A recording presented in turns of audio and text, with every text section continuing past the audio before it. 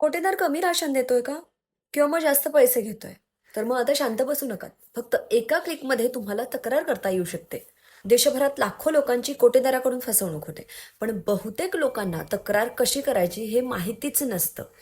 मग आता त्याच्यावरती उपाय काय? तर आपण घर बसल्या तक्रार करू शकतो.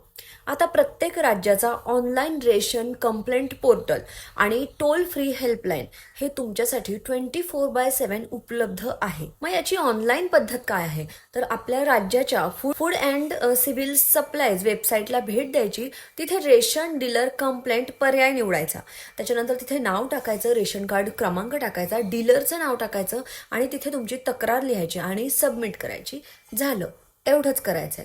काही हेल्पलाईन नंबर सुद्धा आहेत, म्हणजे प्रत्येक राज्याचा वेगळा असा हेल्पलाईन नंबर आहे. तुम्ही गुगलवरती सर्च करायचं रेशन डीलर हेल्पलाईन आणि तुमचं राज्य टाकायचं. तिथे तुम्हाला तुमच्या राज्याचा म्हणजे महाराष्ट्र असेल, उत्तर प्रदेश असेल, दिल्ली, प्रत्येक याचा एक वेगळा नंबर भेटून जाईल. त्याच्यावरून तुम्ही ती तुमची कंप्लेंट करू शकता. अजून एक महत्त्वाचं, तुम्ही तुमची तक्रार ट्रॅक करू शकता.